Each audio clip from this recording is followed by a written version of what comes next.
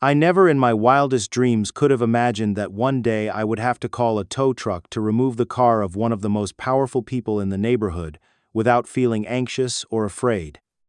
But this happened, and my story is not just about a car being towed away. It's a battle of power, patience, and ultimately, justice. Have you ever encountered someone who always thinks they can do anything without facing the consequences? Stay tuned, because I'm about to tell you how I, an ordinary teacher, stood up and made that person pay the price. Before we start, don't forget to like this video, subscribe to the channel, and hit the notification bell so you won't miss the dramatic battles and surprising stories that will be revealed next. I am Benjamin Carter, an ordinary high school teacher living in a suburban neighborhood where everything seems stable, peaceful, and sometimes dull. Every morning, I wake up at 6 o'clock, brew a strong cup of black coffee, then drive my old car to school. Life goes on like that, day after day, with routines firmly in place and nothing much to worry about. Everything in the neighborhood was fine until she appeared, Karen, the neighbor who lives right next door. Karen is the kind of person you can't ignore, not because she's attractive or outstanding, but because her attitude always makes people uncomfortable. She is a middle-aged woman, always meticulously groomed, dressed as if she's constantly ready for a cocktail party, though she never actually attends one. But Karen's strangeness doesn't stop there. The real problem began when she decided that my driveway, a small part of my private space, was the perfect place to park her car. At first, I thought it might just be a mistake. I'm not the kind of person who likes to argue, and I certainly don't like causing a stir in this peaceful neighborhood. So, one late afternoon, when I came home and saw her car blocking my driveway, I simply stepped out of my car and knocked on her door. "Hi Karen, I just wanted to give you a quick reminder. You've parked in my driveway, and that could make it hard for me to get in and out." She opened the door with a sarcastic smile, her sharp eyes seeming to say, "What's there for you to be concerned about?" "Oh, it's just for a few minutes, Benjamin. I'm waiting for a delivery, and you weren't even home, were you?" she said with a voice completely lacking in sincerity. I tried to keep my emotions in check. "Even if it's just a few minutes, this is my driveway. Could you find somewhere else to park?" Karen just looked at me, her eyes full of contempt, as if I was being unreasonable. "You act like this is your house. I haven't done anything wrong. You're just being too uptight." And so, the story ended in silence, like the times before. She mocked me. I endured. Every time I came home and saw her car parked there, a slow-burning anger would rise within me, but I still tried not to let things go too far. I knew I wasn't the kind of person who picks fights. But then, I no longer felt like I could keep enduring. Karen's attitude was becoming more and more disrespectful, and I began to realize that she wasn't just parking in my driveway. She was testing my patience. I'm not someone who likes to stir up trouble. My whole life, I've always chosen to take a step back to avoid conflict. But everyone has their limits, and Karen, with her arrogance, had reached mine. After countless ignored reminders, after sarcastic remarks that made it seem like I was the one causing problems on my own property, I realized that words would no longer make a difference. Maybe she was used to no one speaking up. Maybe she thought a quiet black man living in this peaceful neighborhood would always just bow his head and endure, but she was wrong. One Tuesday afternoon, I came home from work. The sun hadn't even set yet, and there it was again, Karen's white SUV blocking my driveway, as if it belonged to her. That time I didn't knock on her door. I never knocked again. Instead, I walked into my house, poured myself a glass of water, sat down in silence, then called the tow service. When the tow truck arrived, I was already waiting outside. I pointed to Karen's car without a hint of hesitation. "That vehicle is blocking my driveway. I have documents proving ownership of this property. I want it towed." The driver nodded, and within minutes, Karen's car was hooked up and towed away without a single notice. I don't know if Karen heard the tow truck, but the real storm hit the next morning. At exactly 6:45 a.m., just as I stepped out to go to work, she was already standing in front of my house, pounding on the door, face flushed red, eyes wild. "Who do you think you are, towing my car? You have no right. I'm a member of the HOA, you know." I was calm. I had been waiting for this confrontation for a long time. I have every right, Karen. That's my driveway. I have videos, photos, and reports from the past 3 weeks documenting each time you parked illegally. I also filed an official complaint with the HOA. Want to see the copies? Karen wasn't listening. She screamed, ranted like she was the victim, and then just as I predicted, she called the police. 2 officers arrived within 10 minutes, one white, one black. Karen rushed to them, shrieking, waving her arms at me, claiming I falsely accused her of racism, saying I was threatening a woman. But then, I handed them everything. Photos of her car blocking my driveway from 3 weeks ago. Security footage from my doorbell camera. Emails I'd sent to the HOA unanswered. And finally, legal documentation proving the property, including the driveway, belonged to me. The 2 officers reviewed everything carefully, consulted with each other, then turned to Karen. "Ma'am," one of them said, "Mr. Carter is fully within his rights to have the vehicle towed. Your car has been repeatedly parked illegally on private property. There's nothing more we can do." I'll never forget the look on Karen's face, the shock, the bruised ego, and the collapse of her delusion that she could do whatever she wanted, to whomever she wanted. Karen turned away, saying nothing more. But I knew this story wasn't over, and I was more ready than ever. After the SUV was towed and the police took my side, I thought Karen would back down, but she didn't. What I had inadvertently touched wasn't just the pride of a troublesome neighbor, it was the fragile ego wrapped in the fake authority of a HOA member. Karen no longer attacked directly. Instead, she switched to a more insidious kind of retaliation, as if she wanted to slowly erode the peace I once had. Just a week after the towing incident, I received an email from the HOA management. It contained a series of anonymous complaints about the supposed lack of landscaping upkeep in front of my house. They claimed that the bushes along the side of my front yard were overgrown and affecting the overall neighborhood aesthetics, and that my trash bin had been left out more than 24 hours after collection, a rule hardly anyone actually paid attention to. I sat and looked at the letter, letting out a quiet laugh. These kinds of things had never been an issue in this neighborhood. But now, every smallest detail around my house had suddenly become a community concern. I knew exactly who was behind it all. I tried to continue living normally.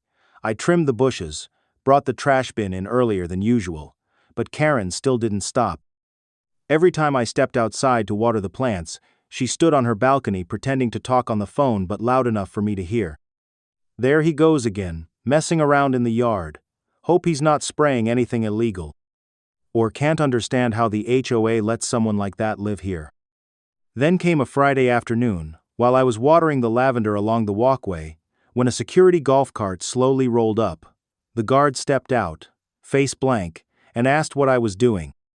"Just watering the plants," I replied, keeping my tone even. "We received a report of suspicious activity," he said, glancing toward Karen's house. I didn't have to turn around to know Karen was behind the second-floor curtain, definitely filming, hoping I would lose my temper, looking for a slip-up, a burst of emotion. An excuse to paint me as a threat in the eyes of the HOA and neighbors. I took a deep breath, nodded politely to the guard, then resumed watering, slowly, as if I were pouring patience onto myself one drop at a time. I knew this was a psychological game and Karen was betting that I would lose my composure. But I wasn't born to play the victim. I'm a teacher. I understand strategy. She wants me to react? To shatter the image of the calm and kind man I've always been? Not so easy, Karen. I thought that after those slow-drip, poisonous little tactics, Karen would get tired and give up, but I had underestimated the terrifying persistence of someone trying to control what doesn't belong to them. Once again, she slid her car into my driveway this time, just as my family was about to visit for the weekend. That day the sky was crystal clear, not a cloud in sight. I was preparing my special grilled chicken when the familiar sound of an engine echoed from the yard. I looked out the window, and there it was like a never-ending refrain, Karen's white SUV, parked squarely in the middle of the entrance, as if nothing had ever happened. This time, I didn't get angry. I didn't grit my teeth or slam the table. Instead, I set down the spice bottle, wiped my hands, and stepped onto the porch like a host welcoming guests. I took out my phone, dialed the tow service number I had saved. My voice was calm and gentle, like I was placing a takeout order. "Hi, it's me again. Yes, same address. White car. She's parked illegally again." Karen, as if she'd been waiting inside, came out the moment she saw me on the phone. "You're towing my car again, aren't you?" she shouted from her front yard, hands on hips, eyes blazing. I simply smiled, phone still to my ear. "I'm not planning to, I'm doing it." Then I pulled a wooden chair onto the porch, sat down, and rocked gently like I was watching an outdoor performance. And in about 15 minutes, the sound of the tow truck rolled in.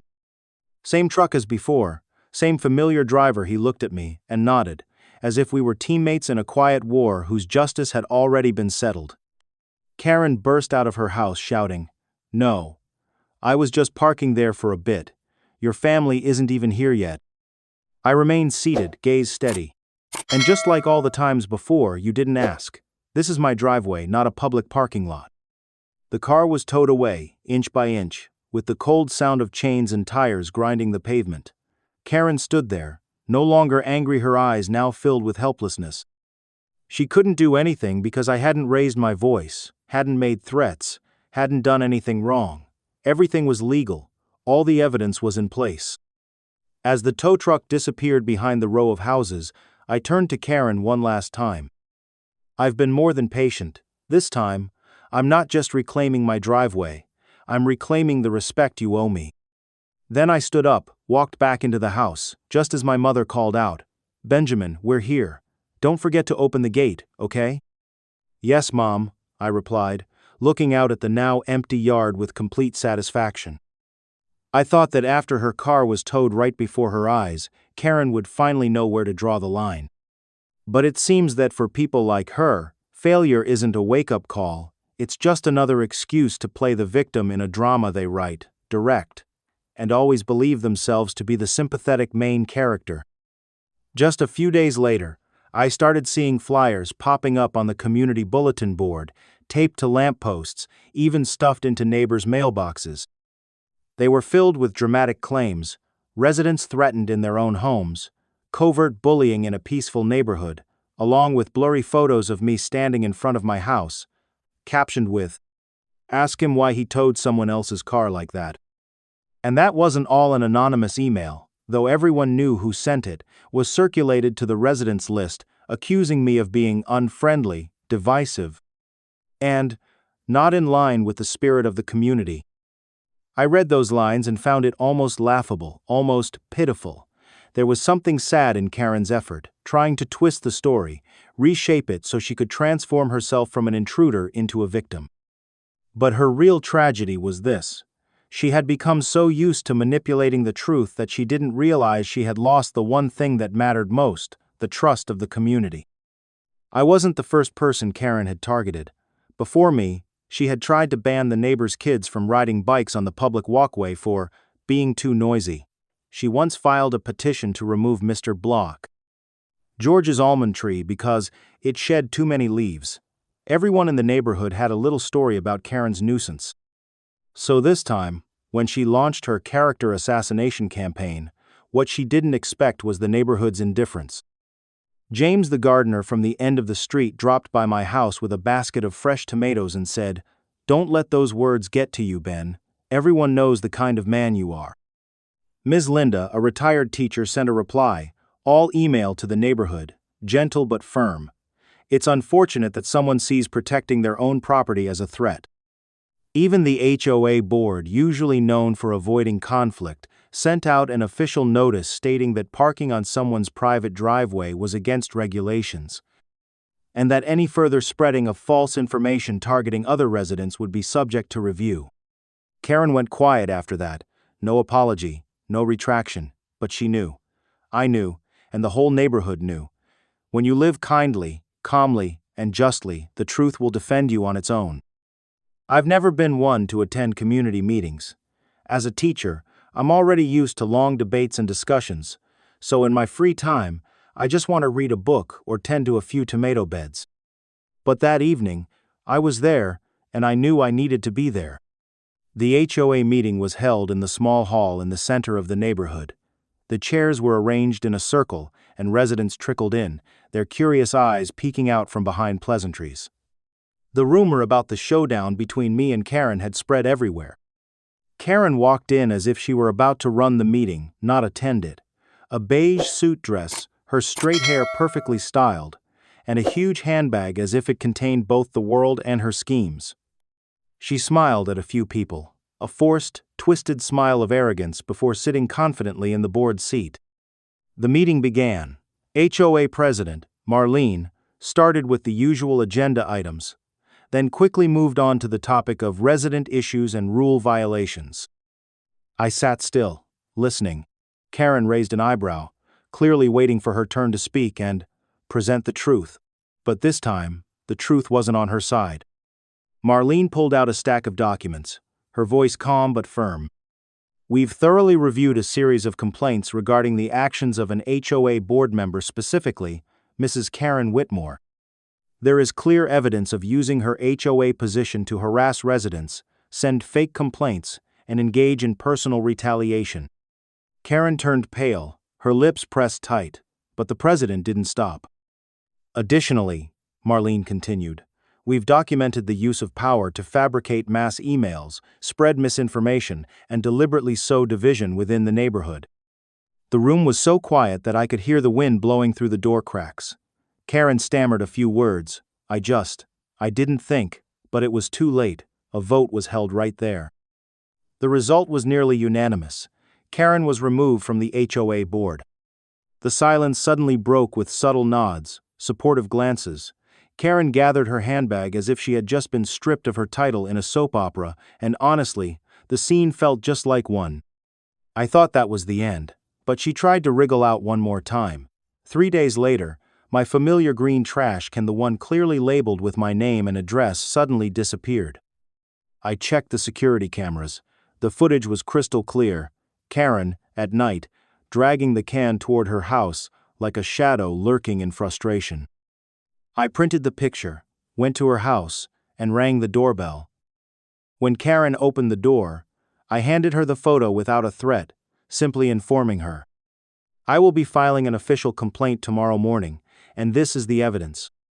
Karen looked at me, no longer with arrogance, no longer with excuses, only exhaustion and bitterness, like someone who had waded through a storm of their own making. After that incident, the board decided to expel Karen from all HOA activities and issued an official warning. All violations would be dealt with according to the law. From that day on, my driveway was as clear as if no one had ever blocked it. Karen never parked illegally again. A month later, a for sale sign appeared in front of Karen's house. No one came to see her off. No one said goodbye. She moved out quietly, like a stain wiped from a white cloth.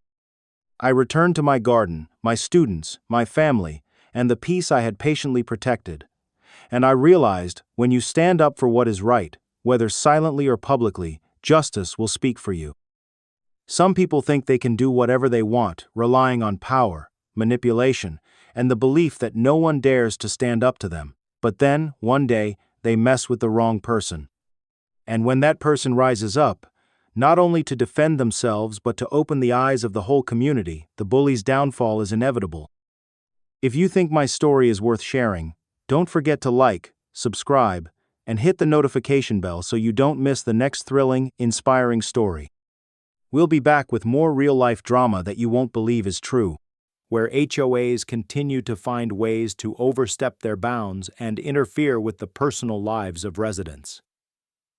Some residents who grant themselves power don't always understand that privacy and personal property are inviolable, no matter the reasons. This is why I stand firm and decisively protect my property. No one has the right to force me to share anything I don't want to share, and I did the right thing. When you stand up to protect your rights, it's not just a personal battle. It's an action for all those who might find themselves in similar circumstances. And I believe that no matter who you face or what situation arises, protecting personal property and rights is absolutely the right thing to do. Thank you for following my story. If you find this story helpful and worth sharing, Don't forget to like and subscribe to receive more exciting videos. See you in the next video.